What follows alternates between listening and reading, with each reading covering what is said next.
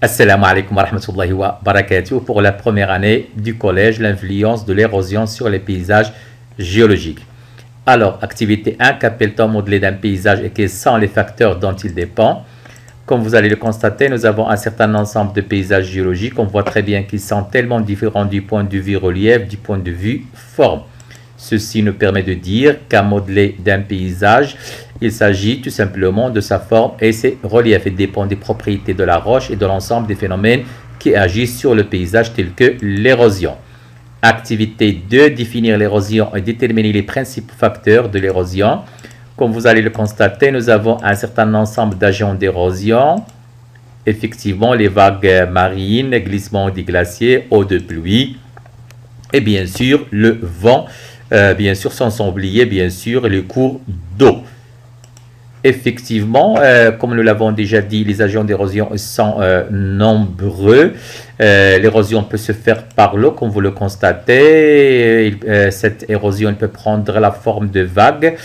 Dans le cas, bien sûr, des vagues qui frappent les falaises, l'écoulement des fleuves, comme nous l'avons déjà vu, ainsi que des événements de précipitation, bien sûr, le cas de la pluie, puisque 1 mètre cube d'eau pèse 1 tonne métrique, 1000 kg, donc le mouvement des eaux a des possibilités érosives très importantes. Un autre agent d'érosion, c'est par la glace, nous l'avons déjà dit, donc la glace provoque l'érosion de deux façons. Les glaciers peuvent transporter d'énormes quantités de roches qui sont ensuite déposées loin de leur région d'origine. L'expansion de la glace causée par le gel et le dégel crée des fissures dans les roches et résulte de ceci, bien sûr, la décomposition de la roche. L'érosion causée par la température, par le changement de température, bien sûr. Dans ce cas-là, bien sûr, on dit que la contraction et l'expansion des roches résultent des changements continuels de la température au-dessus et au-dessous de 0 degré Celsius. Ces changements sont très petits, mais après des milliers d'années, ces changements peuvent briser la roche en petits morceaux. L'érosion par le vent, donc les vents violents peuvent bien sûr entraîner le sable et même des particules comme vous le constatez. Ces particules sont lancées contre d'autres roches qui sont ensuite érodées. L'érosion par les plantes aussi, effectivement, par les racines des plantes. Donc les racines des plantes grandissent, comme vous le constatez, à l'intérieur des fissures des roches et vont les forcer lentement à briser la roche en petits morceaux. Effectivement, la définition de l'érosion est donc c'est la désagrégation des roches, c'est-à-dire la transformation d'une roche mère en produit détritique en petits morceaux.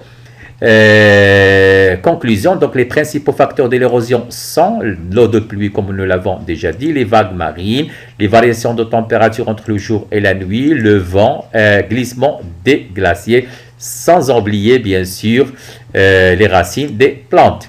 On peut classer ces agents d'érosion selon, comme vous allez le constater, agents mécaniques, agents chimiques, des agents physiques. Tout, bien sûr, ces agents d'érosion vont affecter les paysages géologiques et les roches qui les constituent. Comme nous l'avons déjà dit, bien sûr, c'est une animation en arabe, mais ce n'est pas grave. Donc, le cas des falaises, bien sûr, qui vont subir, bien sûr, une érosion par les vagues. C'est une érosion mécanique, effectivement. L'érosion par l'eau de pluie, comme vous allez le constater, effectivement, l'eau de pluie, bien sûr, peut provoquer une double érosion, érosion mécanique et érosion chimique, comme on va le montrer juste après. Effectivement, érosion par, bien sûr, par les glaces, comme vous allez le constater, effectivement, le glissement des glaces va provoquer bien sûr une érosion, comme vous le constatez. Effectivement, voilà.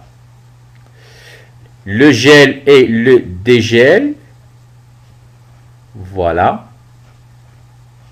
Le gel et le dégel, lui aussi, bien sûr, on peut le considérer comme agent d'érosion, comme vous le constatez. L'eau de pluie va s'infiltrer, surtout au niveau des montagnes.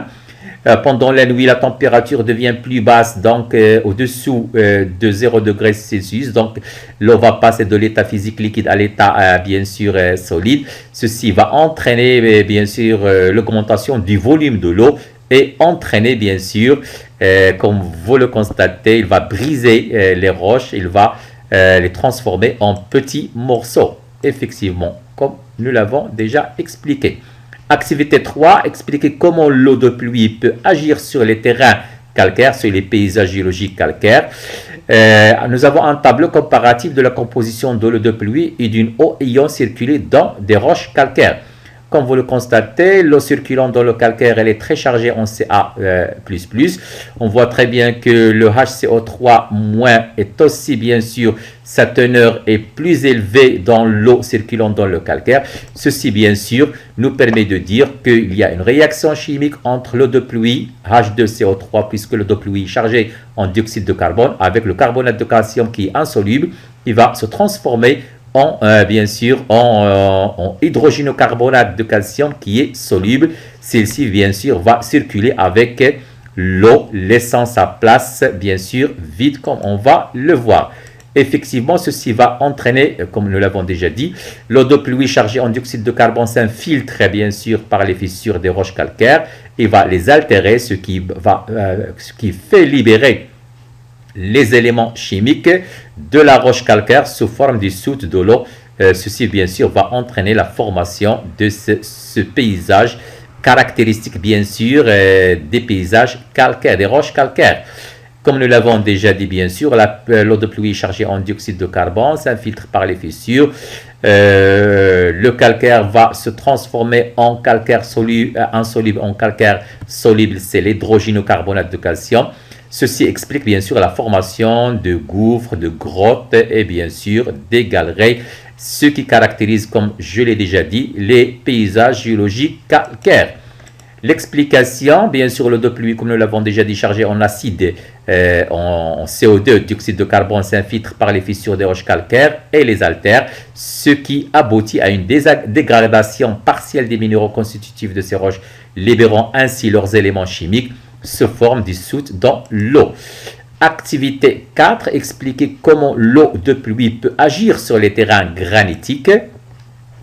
Donc, les terrains granitiques, bien sûr, se caractérisent par ce qu'on appelle les chaos granitiques. Donc, l'altération des roches caractérisée par une dégradation partielle des minéraux constitutifs de la roche. Comme vous le constatez, nous avons un granit sain ODB, bien sûr, va se transformer en granit altéré et en troisième étape, bien sûr, on va obtenir ce qu'on appelle une arène granitique. Pour comprendre, bien sûr, on va suivre l'évolution de la composition minéralogique du granit. Le granit est une roche constituée de trois minéraux, le quartz, le feldspath et le mica. Nous avons l'axe vertical représente un pourcentage des minéraux, bien sûr, l'intensité, l'axe horizontal, l'intensité de l'altération. Donc, la teneur, le pourcentage en quartz ne change pas, donc il ne subit aucune altération, alors qu'on voit très bien que le pourcentage de feldspath diminue, de même celui du mica, ou ce qu'on appelle aussi biotite mica noir. Alors que le pourcentage de l'argile, il augmente, ceci montre bien que le feldspath et le mica se transforment, bien sûr, en argile, alors que le quartz, bien sûr, reste sain, il ne subit pas d'altération. Donc, produit d'altération du granit, arène granitique. Effectivement, comme nous l'avons déjà dit, notre granit est une roche bien sûr compacte, constituée des trois minéraux que vous savez maintenant, le quartz, le mica et le feldspath. Sous l'action de l'eau de pluie acide, comme nous l'avons déjà dit, chargée en dioxyde de carbone, on voit très bien que le feldspath et le mica vont se transformer en argile, le quartz reste sain.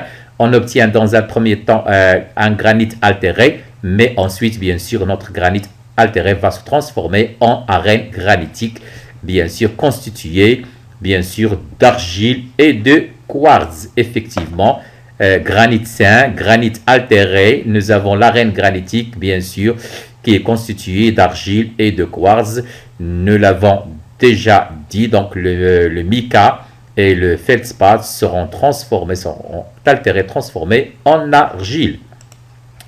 Les étapes de la formation d'un chao granitique qui caractérise bien sûr les paysages géologiques granitiques. Étape 1, massif granitique, donc l'eau de pluie s'infiltre par les fissures, parcourt le massif. Étape 2, c'est l'infiltration de l'eau va provoquer l'altération de la roche, il devient friable, c'est du granit altéré, formation pas encore bien sûr, et formation par la suite de l'arène granitique comme nous l'avons déjà expliqué. Et étape 3, bien sûr, les eaux de pluie vont entraîner par ruissellement les éléments meubles de l'arène granitique et va dégageant ainsi des boules de granit, c'est bien sûr, comme je l'ai déjà dit, qui caractérise bien sûr les paysages géologiques granitiques qu'on appelle bien sûr le chaos granitique.